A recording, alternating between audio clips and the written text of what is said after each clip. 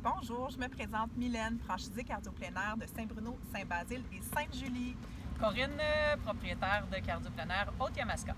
Aujourd'hui, Corinne, on veut guider nos participants sur la façon de s'habiller. Oui. Donc, le temps frais commence à s'installer. L'automne, c'est une magnifique saison pour aller jouer dehors. Vraiment, vraiment. La météo est parfaite, mais c'est aussi la saison la plus embêtante au niveau du vêtement. Donc, on voulait simplement vous donner des conseils. Excellent. Donc, on va parler principalement du haut du corps dans le cadre de cette capsule-là. Et un petit peu plus tard, Corinne et moi, on va parler du bas du corps. Oui, exactement.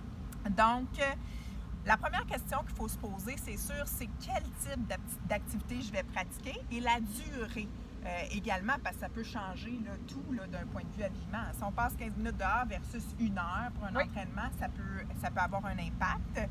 Donc, on va vraiment se concentrer sur des entraînements d'1 heure à l'extérieur, des entraînements cardio-plein air.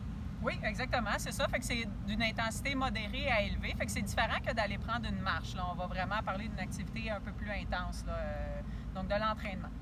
On va vous donner une petite mathématique à faire avant de sortir à l'extérieur. Donc, dites-vous que s'il fait 10 degrés au thermomètre, il va faire 20 degrés en ressenti à l'entraînement.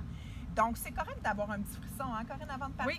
Oui, bien, c'est même normal, puis il faut avoir ça, sinon vous allez avoir trop chaud. Donc, vraiment, le corps, avec l'activité physique de modéré à intense, va générer un 10 degrés de plus que ce qui est affiché au thermomètre. Donc, on arrive, c'est sûr, on a un petit peu froid, mais on va rapidement se réchauffer par l'activité. Puis, d'où le multicouche qu'on va justement aborder dans les minutes qui suivent. On part ça, Corinne? On part. Yes! OK. On va partir avec le sous-vêtement.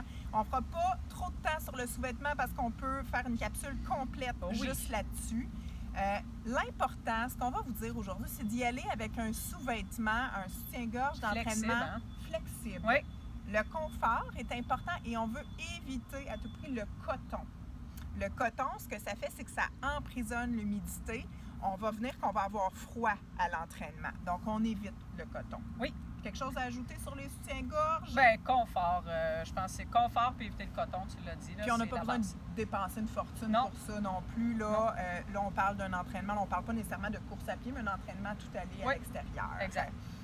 Donc, on va y aller avec les couches. La première couche qu'on veut vous présenter, c'est la couche de base. Donc, au niveau de la couche de base, on peut y aller avec une petite laine mérino comme ça. C'est en fait la couche de base, ce que ça va faire, c'est que ça va laisser respirer. Ça va nous garder au chaud, au sec. Très, très important d'avoir une bonne couche de base. On a toutes sortes de trucs là. Oui, tu parlais de mérino. Ça, c'est du polyester, je crois. Exactement. Polyester. Donc, on peut y aller avec une couche de polyester. Même chose, même principe. On évite le coton pour la couche de base. Oui. Il y en a des plus isolés, en fait. Même dans les couches de base, il y a des niveaux de chaleur. Hein? Fait qu'il va en avoir des beaucoup plus minces, des beaucoup plus épais. Donc, c'est à vous aussi de décider là, si vous êtes plus d'un type chaleureux ou frileux, en fait. Puis, fait que c'est ça, il y en a plus isolés en polar. Puis, Mylène, tu me disais, tu n'en avais pas besoin nécessairement d'investir beaucoup. Comme on disait, peut-être à la maison, vous avez déjà ça en regardant les étiquettes. Pas de coton, on cherche les matériaux synthétiques, polyester, mérino. Ou sinon, ben, tu me disais, comme par exemple ici, ça, je pense que c'était une trouvaille à bas prix. Là. Oui, c'est ça. On peut trouver des choses en bas de 20 si on cherche, même des fois dans son garde-robe. Oui. Fait qu'il faut vraiment s'assurer de regarder à la maison avant d'acheter quoi que ce soit. Mais on peut trouver des choses vraiment moins dispendieuses sur le marché là-dessus. On va s'en aller dans la deuxième couche maintenant, Corinne. Donc, la couche intermédiaire. La couche intermédiaire, c'est un isolant. Fait que ça vient là, garder notre chaleur. On va montrer le bon vieux polar. Oui. Je pense que ça aussi, tout le monde, si on regarde à la maison, on en a tout un. Puis, il faut penser aussi, bon, oui, l'esthétique, il y en a pour qui ça va être super important, d'autres non. Mais encore une fois, c'est sous le principe, est-ce que vous choisissez d'investir ou non là-dedans? Mais vraiment, le bon vieux polar, je pense qu'on a tout ça qui traîne à quelque part, puis ça fait une super de belle job pour l'isolant. Exactement. Sinon, ben, tu avais un autre matériel? On a un manteau matelassé, si on veut, qui garde la chaleur, qui est vraiment extraordinaire. C'est un manteau que j'utilise beaucoup, moi, comme deuxième couche. Oui, on veut quelque chose... on veut de l'amplitude de mouvement quand on choisit notre deuxième couche. Il ne faut pas qu'on soit pris comme ça. Oui, exact. Il faut que ça bouge bien. Puis ça va par-dessus, dans le fond, la sous-couche. Puis ça irait. Fait que comme maintenant, là, que c'est pas trop froid, ça serait une bonne option. Puis quand il se met à faire plus froid, ben là, tu parlais de l'autre couche par-dessus. Oui. Quand il se met à faire plus froid, là, on va aller chercher une coquille. On appelle ça une soft shell, là, une coquille. Ce que ça va venir faire, la coquille, c'est que ça va créer une barrière au niveau du vent et au niveau de la pluie. Dans les prochaines semaines, vous n'aurez pas nécessairement besoin d'une coquille, mais quand le froid va commencer à s'installer, ça fait toute la différence. Oui, puis si vous voyez, c'est pas très épais. Quand on parle d'une coquille, il n'y a pas d'isolant là-dedans. C'est vraiment, comme elle expliquait à Mylène, une barrière contre le vent, contre la pluie, contre le froid.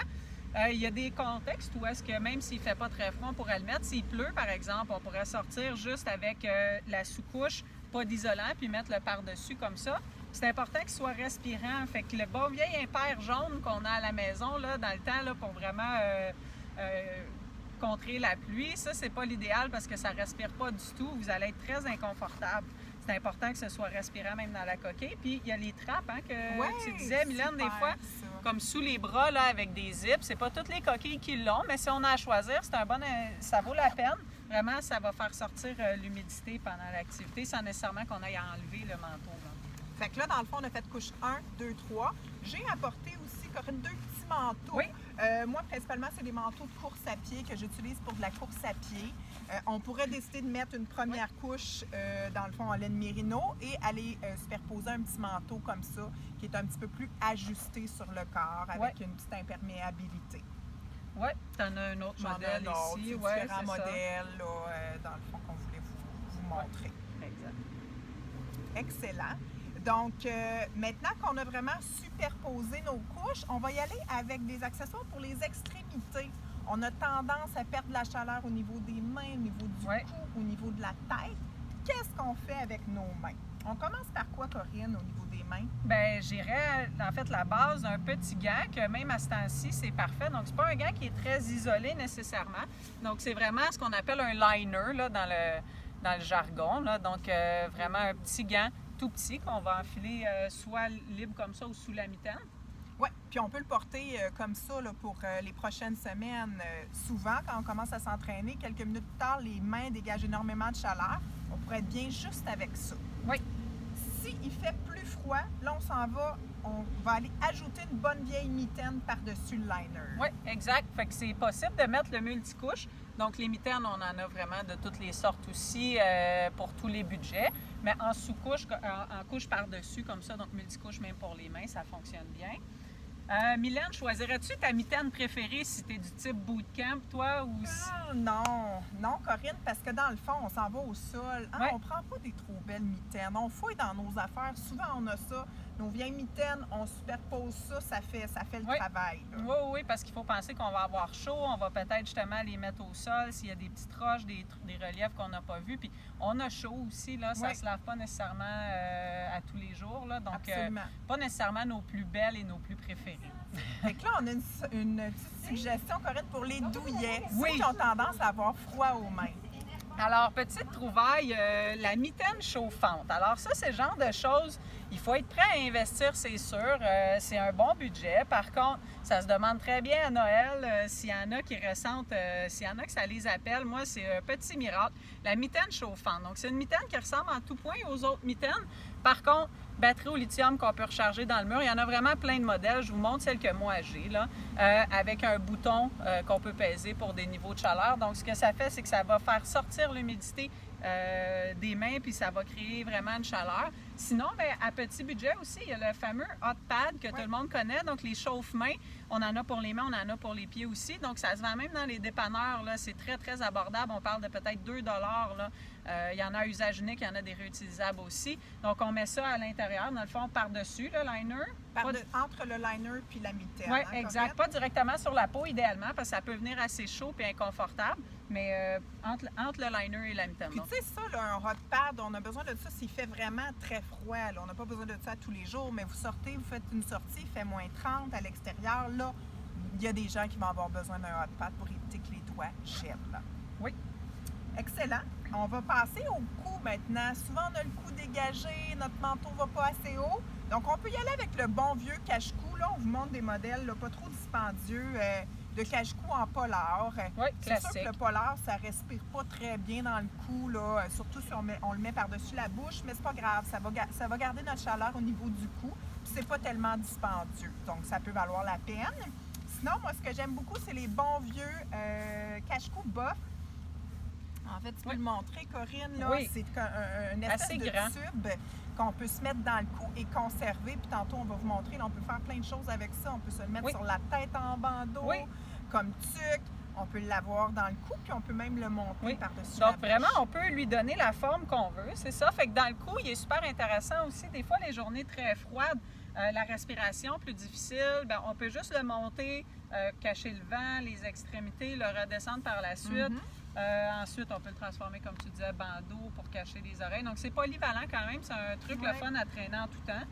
Oui, puis là, il y en a Des plein sur le panoplies marché. modèles, là, Là, on peut vraiment le stretcher comme c'est ici pour aller se faire un petit bandeau, une tuque. Fait que non, moi, j'aime beaucoup ça. Oui, C'est un truc que j'adore. On va vous parler maintenant de la tête. Au niveau de la tête, un accessoire chouchou, c'est la casquette. Bien évidemment, il y en a qui n'ont pas tendance à porter ça, des casquettes, mais quand il pleut, hein, Corinne? Ah, vraiment. Ce qui est désagréable, s'entraîner à l'extérieur quand il pleut, le corps va très, très bien gérer ça par la chaleur qu'on génère, mais l'eau dans les yeux, je pense que c'est ce qu'il y a de plus tannant. Fait que vraiment, la casquette va protéger le visage. Magnifique. On réapprend à l'aimer, la fameuse casquette, avec l'entraînement à l'extérieur. Puis même contre le soleil, des fois. Hein. Ben oui, absolument. Fait que là, s'il pleut, on vous veut dans nos séances avec des casquettes. Exactement. Vous ne regretterez pas cet accessoire-là. Puis encore une fois, il y en a souvent qui traînent à la maison, fait que pas nécessairement besoin d'investir. Ben non, c'est ça. Ce que j'aime beaucoup, moi, c'est le bandeau. Oui, moi aussi. Surtout les journées un petit peu plus chaudes, au niveau de l'automne. On dégage énormément de chaleur au niveau de la tête. Fait que s'il fait soleil, le soleil plombe sur la tête, mais au moins, on a les oreilles cachées. Oui. Toutes sortes de bandeaux. Des plus minces, des plus épais. Exactement, des plus minces, des plus épais. Donc, allez-y selon votre confort, mais ça peut vraiment être intéressant, le petit côté bandeau. Oui. On a toutes sortes de tuques. Là. Quand il se met à faire un petit peu plus froid, souvent, on va avoir besoin d'une tuque pour emprisonner un petit peu plus la chaleur. On l'a vu confortable et souple, la tuque. Oui. Hein? Fait qu'il y en a des plus minces. Hein? Exactement, même plus principe, minces. ouais. Il y a même des petits trous pour sortir la couette si jamais vous avez les cheveux c'est ça, longs. il y en a exactement. Fait qu'on peut sortir la couette. Sinon, ben c'est sûr, hein, si on a des bonnes vieilles tuques à la maison, ça peut faire l'affaire aussi. Oui, exact, On met des notre tuques plus isolées. Plus isolées, donc on garde notre chaleur. Je te dirais même, Mylène, dans le multicouche, moi je l'applique aussi à la tête. Ça arrive des fois où les journées très froides, peut-être à l'automne on ne vivra pas ça tout de suite, mais quand ça progresse, ça nous surprend des fois. Bien, j'ai souvent un bandeau en dessous de ma tuque. Quand on commence au stationnement, moi, j'ai le bandeau en dessous avec la tuque par-dessus. Aussitôt qu'on s'installe, que je commence à avoir chaud, j'enlève la tuque, mais j'ai déjà mon bandeau. Pas de changement à faire. C'est polyvalent, ça aussi. Même principe sur le multicouche. Définitivement. Super, ça. Dans le fond, c'est ça, tout ça pour vous dire que la première chose à faire, c'est vraiment de regarder dans vos choses. Hein? On regarde à la maison, on fouille, on regarde ce qu'on a. Par la suite, s'il manque des petites choses, on peut aller dans les magasins à grande surface, dans les boutiques spécialisées. Hein? Il y en a partout, là, des items comme ça. Mais commencez par regarder à la maison. C'est pas vrai que ça coûte une fortune de s'habiller. C'est vraiment la superposition des choses. Oui, c'est ça la clé. Puis le fameux 10 degrés, retenez ça. Ça aide beaucoup. On regarde. S'il fait 0, on va ressentir 10. Donc ça, c'est important. Puis, respecter. On peut s'équiper aussi un morceau à la fois. C'est pas obligé d'être tout en même temps. Il faut vraiment enlever les barrières, je pense, au niveau de l'investissement. On peut ou non. Sinon, c'est des super beaux cadeaux aussi qui se demandent. Donc, plus on va être équipé, plus on va avoir intérêt à aller à l'extérieur. Je pense que c'est ça aussi la clé, là. C'est que l'extérieur, ça s'apprivoise. C'est vraiment désagréable si on est mal habillé. Par contre, quand on connaît les trucs, on a plus tendance à y aller. Puis plus on y va, plus on trouve que ça vaut la peine d'investir. Fait que c'est comme une roue qui tourne aussi, là. Fait qu'on part à la base à la maison, on en rajoute, on en demande un cadeau au besoin. Puis n'hésitez pas à nous demander conseil toujours. On est là pour vous guider si vous n'êtes pas certain. Fait que la gang, on s'entraîne ensemble cet automne. Oui, dans le confort. Dans le confort. Exact. Merci. Merci la gang.